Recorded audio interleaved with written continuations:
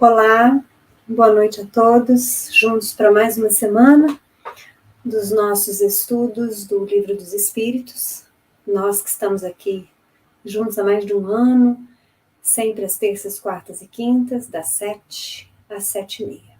Hoje estamos iniciando nossa aula de número 145, estudando o capítulo 10, finalizando praticamente o capítulo 10 da segunda parte do Livro dos Espíritos, cujo título das ocupações e missões dos espíritos. Então, vamos dar prosseguimento. Na questão 581, Kardec pergunta: certamente desempenham missão os homens que servem de faróis ao gênero humano, que o iluminam com a luz do gênio. Entre eles, porém, alguns há que se enganam, que de par com grandes verdades propagam grandes erros. Como se deve considerar a missão desses homens? Como falseadas por eles próprios. Estão abaixo da tarefa que tomaram sobre os ombros. Contudo, o mistério se faz levar em conta as circunstâncias. Os homens de gênio têm que falar de acordo com as épocas em que vivem.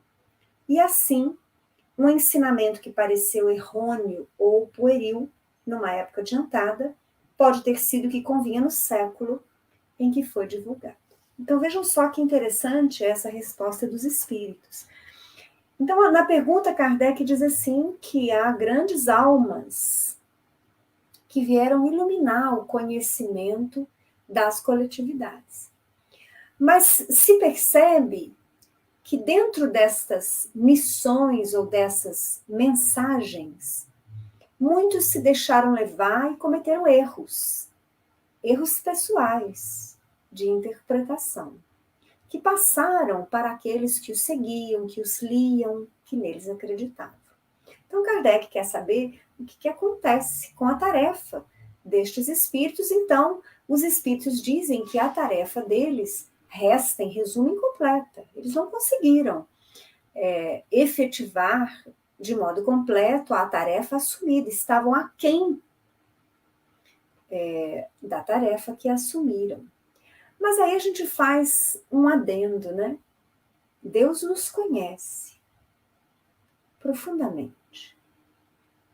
Ele permite que os homens, tais quais nós mesmos, mesmo incompletos, mesmo imperfeitos, trabalhem em seu nome. Também é aprendizado. Então, nós poderíamos analisar da seguinte forma: aquele espírito que assumiu uma tarefa, mas que muitas vezes não intencionalmente trouxe uma inverdade, vamos dizer assim. Este espírito tarefeiro há de retornar para acompanhar a correção daquilo que ele trouxe erradamente da sua interpretação na humanidade. Nós já tivemos a oportunidade de falar, que André Luiz diz isso, que aquilo que destruímos na terra deveremos reconstruir. E nós poderíamos dizer, nesse raciocínio lógico, né, aquilo que deixamos de forma incompleta na terra, nós devemos retornar para completar. Então, aquele espírito que nós poderíamos chamar de tarefeiro, eu prefiro fazer essa distinção entre missionário e tarefeiro. O missionário, ele completa a tarefa. Nós podemos tratar de espíritos superiores, que não obstante as dificuldades do mundo físico, conseguem executar a sua tarefa. São espíritos de maior envergadura. Então, trazem uma força íntima, uma evolução espiritual, que as dificuldades e os desafios materiais não abalam. Ele sofre, muitas vezes, as injunções dos grandes desafios, mas ele concretiza a sua tarefa, e, em geral, magistralmente. Muitas vezes, espíritos missionários, tais quais Gandhi, Francisco de Assis, Chico Xavier, Madre Teresa de Calcutá, Irmã Dulce e muitos outros, eles retornam ao plano espiritual não só como completistas, muitas vezes assumiram tarefas maiores do que os compromissos iniciais. Tal a sua dedicação, a sua grandeza espiritual. Então, eu crio essa diferença entre o missionário e aquele que eu chamo de espírito tarefeiro, aquele que tinha, muitas vezes, uma tarefa importante, mas ele não consegue concretizar. Ele a deturpa. A sua visão traz uma interpretação que ele passa para a coletividade, que muitas vezes gera erros, gera preconceitos, sectarismos, guerras, divisões. E aí nós podemos compreender que este espírito tarefeiro, retornando ao plano espiritual, ciente lá de que não completou a contento a sua tarefa, ele retorna oportunamente para completá-la, para corrigi-la, para vivenciá-la nas suas maneiras mais dificultosas, trazendo muitas vezes novas informações, até que aquela coletividade que ele influenciou possa novamente ser influenciada por algo melhor, algo positivo, mais próximo à verdade divina. Bom, mas vamos continuar. Ainda nessa questão, os espíritos frisam que nós devemos ter muito cuidado, porque muitas vezes, vamos dizer assim, uma profecia, uma mensagem, ela tem de se adequar à sua época, a época em que ela é ditada.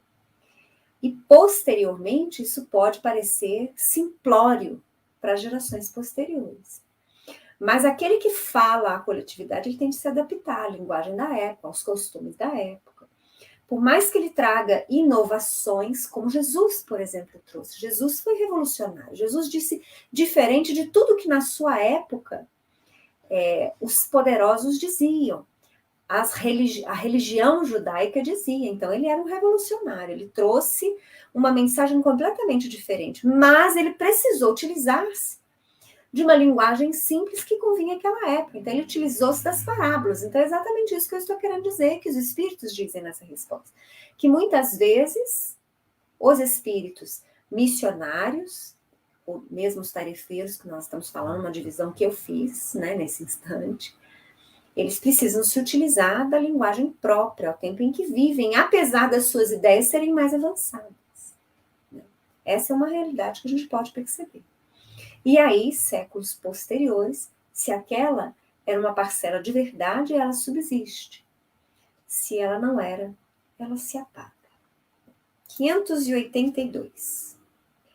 Pode-se considerar como missão a paternidade? Interessantíssima essa pergunta de Kardec. Então, quer dizer, nós estamos falando de espíritos missionários, com tarefas especiais. Nós vimos agora na última questão, que eu digo como tarefeiros, que são espíritos que recebem uma tarefa e não a completam, ficam muitas vezes a elas jungidos, têm que voltar para reformá-la, para completá-la. E agora ele quer saber se ser pai na Terra pode ser considerado uma missão. Sem contestação possível, uma verdadeira missão. É, ao mesmo tempo, grandíssimo dever e que envolve, mais do que o pensa o homem, a sua responsabilidade quanto ao futuro. Deus colocou o filho sob a tutela dos pais, a fim de que estes o dirijam pela senda do bem, e lhes facilitou a tarefa, dando àquele uma organização débil e delicada, que o torna propício a todas as impressões.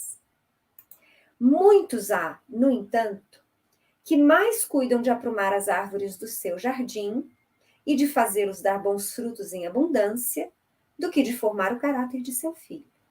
Se este vier a sucumbir por culpa deles, suportarão os desgostos resultantes dessa queda e partilharão dos sofrimentos do filho na vida futura, por não terem feito o que lhes estava ao alcance para que ele avançasse na estrada do bem. É muito simples. Ação e reação. Como pais, nós temos a tarefa, a missão de tutela dos nossos filhos, principalmente em direção ao bem. Eu costumo dizer que nós pais somos orientadores. Pela força do nosso exemplo, o mais importante, mas também pela força daquilo que falamos, não é? Muitas vezes daquilo que os incentivamos a ser. Então, nós somos absolutamente responsáveis. Mas é invariável a pergunta, mas e se eu fiz de tudo para que meu filho fosse um homem de bem e ele desviou-se do caminho? eu sou culpada? Bom, nós devemos perceber, já sabemos até agora, nós espíritas, que não há um pai julgador. Deus não é pai de punição. Mas nós deveremos lidar invariavelmente com a nossa consciência. Então, nós é que analisaremos com sinceridade se fizemos efetivamente tudo em benefício dos nossos filhos, em benefício da orientação dos nossos filhos. Mas que esta análise cuidadosa não seja para nos lançar com aquele sentimento de culpa, a inação, né? A lama, nós podemos assim dizer. Então, que nós façamos essa análise da nossa tarefa como pais, para que possamos, no aprendizado daquilo em que erramos, corrigir. Então, nós estamos também em aprendizado. Apesar de assumir a tarefa, a missão como pais, nós também somos espíritos a caminho, somos espíritos em recuperação, espíritos que nos estamos educando. Então, não adianta nós queremos a perfeição absoluta de nós mesmos, mas nós devemos objetivar o melhor que podemos fazer. E nesta situação, em que analisamos consciencialmente e concluímos que fizemos tudo o que podíamos nas épocas em que as vivemos, em que fizemos realmente todo o bem que poderíamos ter feito em benefício dos nossos filhos, dada as nossas próprias limitações. Devemos manter a consciência tranquila e confiar no Senhor, que Ele também há de cuidar dos aprendizados necessários daquele que é nesta vida nosso filho, mas que é diante da eternidade filho de Deus. Então, o pai e a mãe que fazem o seu melhor na busca pela orientação, por guiar seu filho, eles não são culpados pelas escolhas que o filho faz. Veja só, orientar é diferente de conduzir obrigatoriamente. Nós não podemos viver a vida dos nossos filhos. Eu acho que eu já falei aqui nos nossos estudos, em outra oportunidade, que meu pai dizia isso e eu guardei. Eu posso morrer pelos meus filhos, mas não posso viver por eles. Então é bem isso. A força do meu exemplo pode orientar meu filho, aquilo que eu falo, aquilo que eu guio, as oportunidades de aprendizado que eu dei a ele, dou a ele. Isso tudo, vamos dizer assim, são mecanismos que a própria providência divina possibilita ao espírito, que nesta vida está como meu filho, mas ele faz as suas escolhas. É por isso que nós vamos ver famílias onde absolutamente os pais fizeram tudo para que o filho fosse um homem honesto, um homem digno e um homem saudável. E, no entanto, muitas vezes esse mesmo filho, apesar de toda a orientação do núcleo familiar que ele teve, ele tendeu a toxicomania, a drogadição, né? Ele se torna um malfeitor, enfim. Mas aí, nós não poderemos sempre indicar os pais como responsáveis, se estes pais fizeram o seu possível. A escolha do espírito permanece sempre, é o livre-arbítrio. Então, nós vamos ter que nos analisar como pais e como filhos. Porque nós não podemos impingir também, por nossa vez, ao nosso pai as nossas frustradas escolhas, as nossas más escolhas. Então, por exemplo, eu me torno um egoísta, né? Ingrato, e eu digo assim, não, a culpa é do meu pai e da minha mãe, porque não me ensinou a ser diferente. As coisas não são assim. Então, o pai e a mãe têm um dever perante Deus de condução, de orientação de seus filhos, mas o filho tem perante Deus a tarefa como espírito imortal de aprendizado nesta terra. Ou seja, assim como vemos filhos desequilibrados, de pais equilibrados e que tudo fizeram pelo seu bem, nós vamos ver filhos honestos, dignos, saudáveis, que se tornam homens de bem e que vêm de pais desestruturados, muitas vezes, pais que os abandonaram. Então, aí nós vamos percebendo que nós não podemos depositar tudo o que somos como resultado daquilo que os pais fazem ou fizeram. Assim como o pai e a mãe não pode sentir-se 100% responsável pelas escolhas que o filho fez. Há de ter esse equilíbrio na análise dos nossos atos. Então, Santo Agostinho, lá no Evangelho segundo o Espiritismo, eu agora não me recordo em qual passagem, mas acredito que seja no capítulo na qual ele fala, ó, o homem de bem. Ele diz que nós deveríamos fazer, ao final de cada dia, uma análise silenciosa, mental, daquilo que fizemos, daquilo que pensamos, né? Daquilo que foi útil, que nós executamos no dia, daquilo que não foi, e aí pensar o que poderíamos fazer para melhorar. Então, essa análise que Agostinho faz deveria ser utilizada também por nós, e principalmente por nós, pais e mães, e filhos, para que possamos ir acompanhando e corrigindo-nos, porque a responsabilidade das escolhas permanecem conosco. Escolha de ser um bom pai ou boa mãe, escolha de ser um bom filho, mas acima de tudo, escolha de ser um espírito do bem. Isso é primordial. Bom, questão 583. Pergunta a Kardec. São responsáveis os pais pelo transviamento de um filho que envereda pelo caminho do mal, apesar dos cuidados que lhe dispensaram? Então, eu já respondi, mas vamos à resposta. Não. Porém, quanto piores forem as propensões do filho, tanto mais pesada é a tarefa e tanto maior o mérito dos pais se conseguirem desviá-lo do mau caminho. Então, o plantio e a colheita, né? Quanto mais difícil o plantio dos pais, né, maior será a sua colheita. Nós não estamos falando aqui colheita de louvores materiais ou espirituais. Nós estamos falando da consciência reta, daquela satisfação de que ajudamos a quem amamos. É aquela realização íntima que traz a paz de espírito.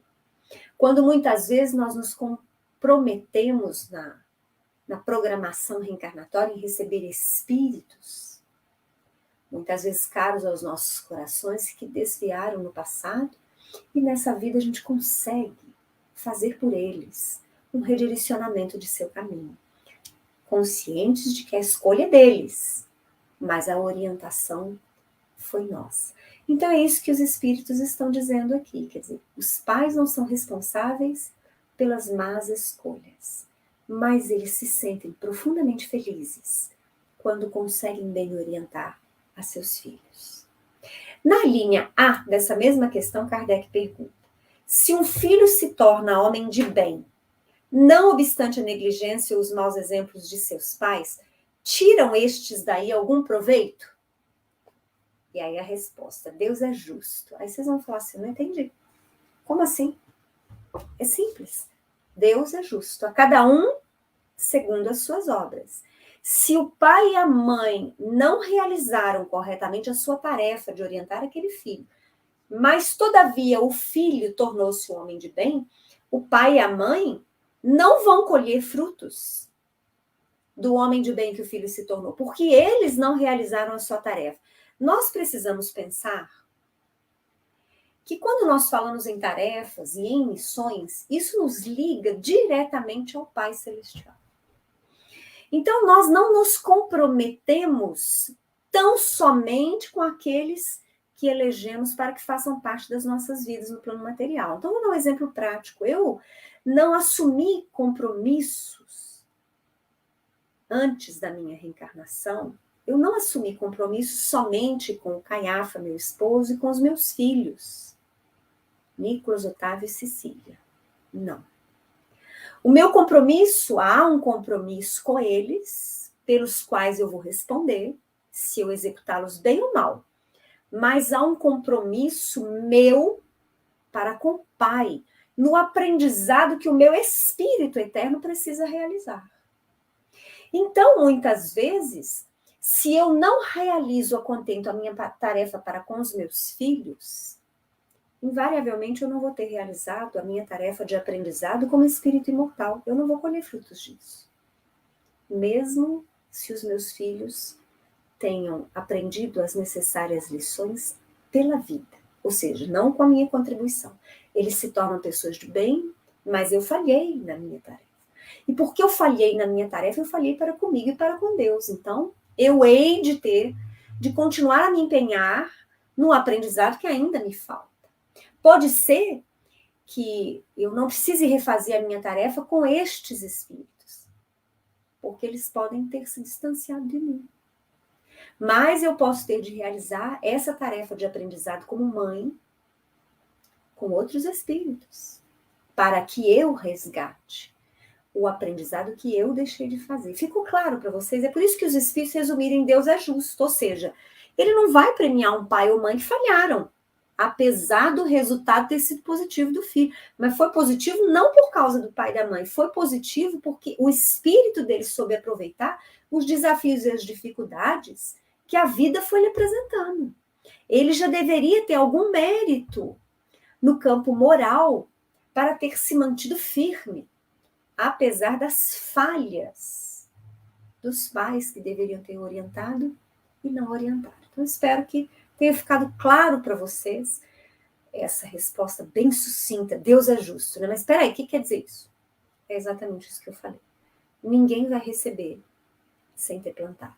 Porque nós não estamos falando de prêmios, nós estamos falando de consciência, do aprendizado imortal do espírito rumo à evolução, rumo à perfectibilidade relativa que nos cabe alcançar. Bom, 584, pergunta Kardec. De que natureza será a missão do conquistador que apenas visa satisfazer a sua ambição e que para alcançar esse objetivo não vacila ante nenhuma das calamidades que vai espalhando? Então, por exemplo, se nós analisarmos uma experiência como a de Alexandre o Grande, né? De tantos outros conquistadores que a nossa história está repleta, que vão conquistando, aumentando muitas vezes o seu império, o seu poderio, sem pensar nos danos que vão deixando, né? Em toda a dor que vai se espalhando depois da sua passagem. Então, Kardec quer perguntar, mas que missão que é essa? Destes homens, muitas vezes violentos, que a história está cheia. Responde, as mais das vezes, não passa de um instrumento de que se serve Deus para cumprimento de seus desígnios, representando essas calamidades, um meio de que ele se utiliza para fazer que um povo progrida mais rapidamente. Nós não podemos esquecer, isso já tive oportunidades várias de dizer aqui, que nós estamos jungidos a um mundo de provas e de expiações, onde a dor é uma realidade. Mas a dor é uma realidade por conta da imperfeição que nos caracteriza. Então, como nós temos muitos espinhos, muitas imperfeições, somos ainda muito falhos, muito egoístas, é natural que faça parte da trajetória neste mundo um incomodar o outro, um ferir o outro, um violentar o outro, um querer superar-se em relação ao outro, porque é característica do egoísmo. Eu quero bem para mim, não importa o mal que eu faça para os outros. Então, é uma característica nossa, ainda do nosso estágio evolutivo. Então, estes espíritos grandes conquistadores, muitos deles dotados de inteligência, de magnetismo, uma vez que levam muitas vezes multidões a segui-los, né?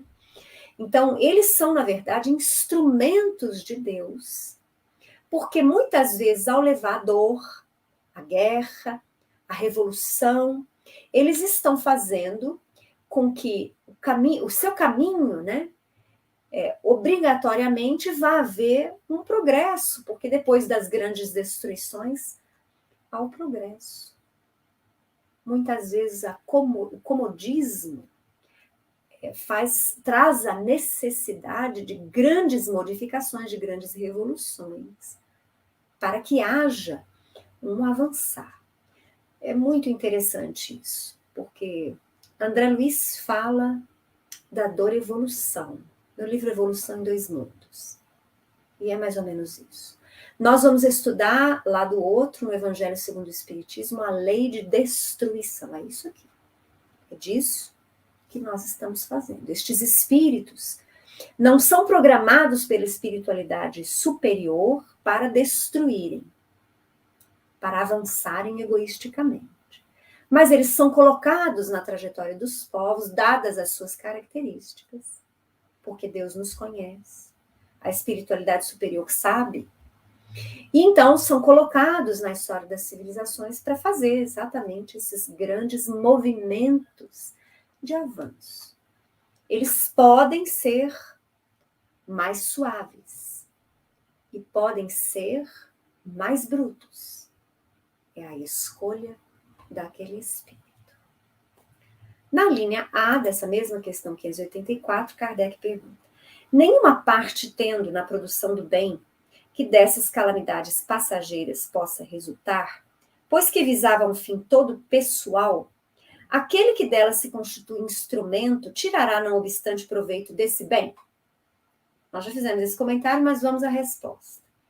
Cada um é recompensado de acordo com as suas obras, com o bem que intentou fazer e com a retidão de suas intenções. Então, não adianta a gente procurar subterfúgios, não há o jeitinho brasileiro.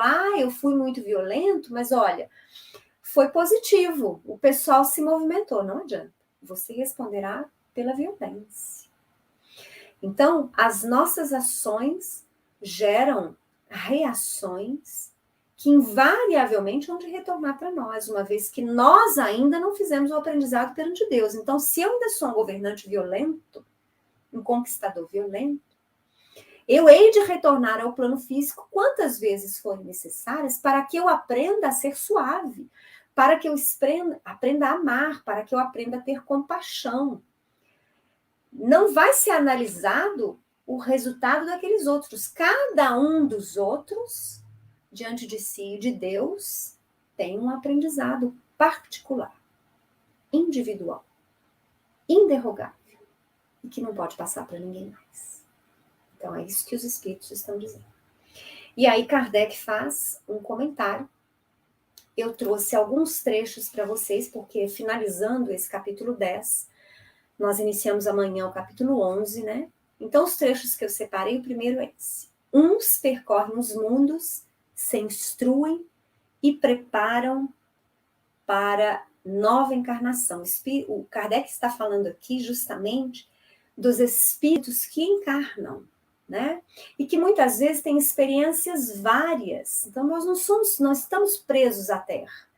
No atual estágio evolutivo e em consonância com o nosso aprendizado, nós temos um tempo que já estamos na Terra e talvez que ainda possamos permanecer.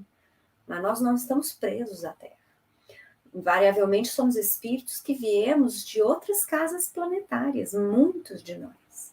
E certamente daqui a milênios poderemos vir a experienciar em outros mundos planetários, em várias faixas vibratórias diferenciadas conforme o nosso espírito evolui. Então, Kardec está dizendo que os espíritos passam pelos mundos, se instruem e se preparam para novas etapas de aprendizado. Continua ele.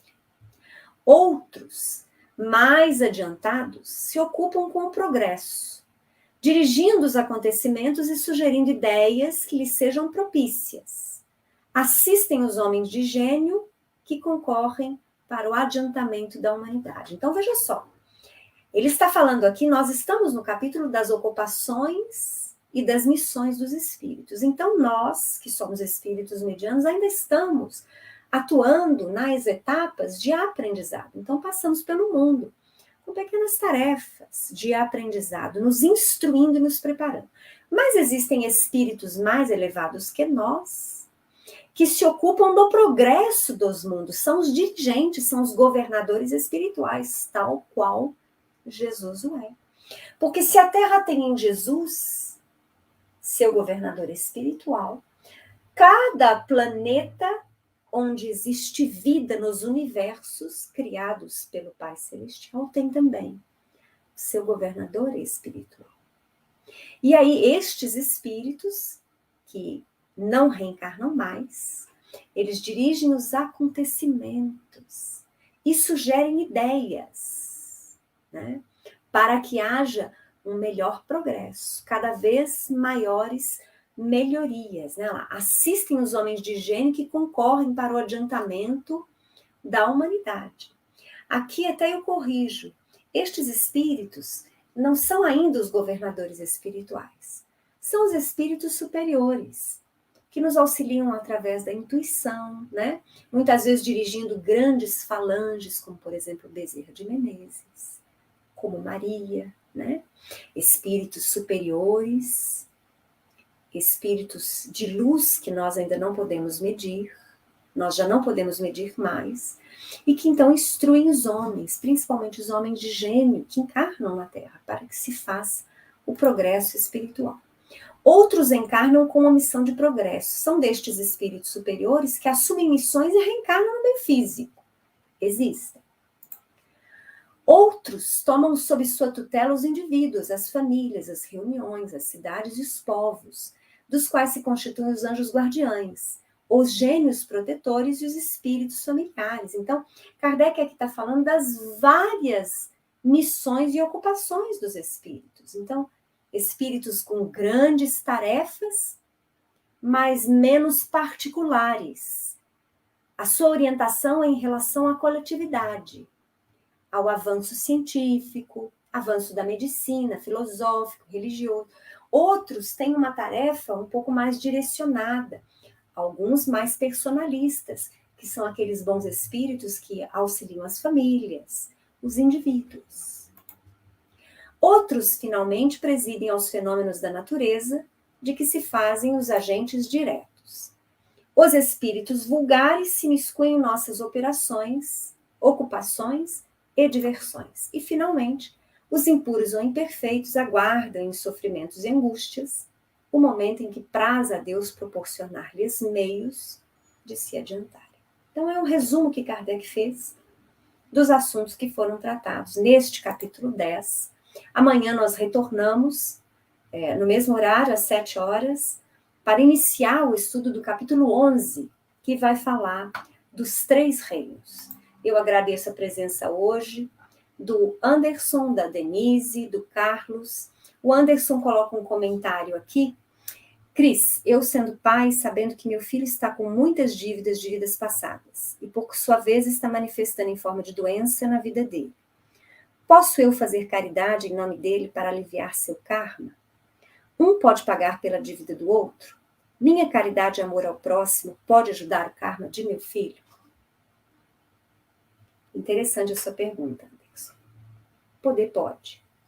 Porque a sua caridade, a sua melhoria moral, o seu amor vai direcionar boas energias para o seu filho porque você o ama. E lá do outro, toda vez que você ajuda alguém no plano físico da matéria, materialmente ou moralmente, nós não podemos nos esquecer que há sempre espíritos protetores do lado de lá. Então você está angariando, fazendo amizade com outros espíritos. Você está ampliando o círculo dos seus amigos, porque você está auxiliando quem lhe é caro no plano material. Então, mesmo que aquela pessoa no plano material não lhe seja grato, o seu espírito protetor é. Né? Os anjos guardiães são. Então, eles reconhecem em você um benfeitor. E isso vai acarretar o seguinte, pela lei da cooperação, quando você precisar de ajuda em nome do seu filho, você vai ter maior número de amigos espirituais aos quais você pode solicitar amparo para o seu filho. Nesse quesito, você pode estar ajudando o seu filho. Mas aí você pode me perguntar, mas e meu filho evolui com a caridade que eu faço? Não. Isso é tarefa pessoal. O seu filho, ele pode obter auxílio espiritual, energético, proteção espiritual dos bons espíritos, pelo amor que você movimenta, que direciona ele, pelos amigos simpáticos que você faz e que podem vir em seu auxílio nos momentos críticos da vida. No entanto, o seu filho tem um caminho que ele deverá percorrer. O seu filho vai colher o que ele plantar, o aprendizado que ele fizer. Agora, a longo prazo, os filhos estão sempre prestando atenção no exemplo dos pais.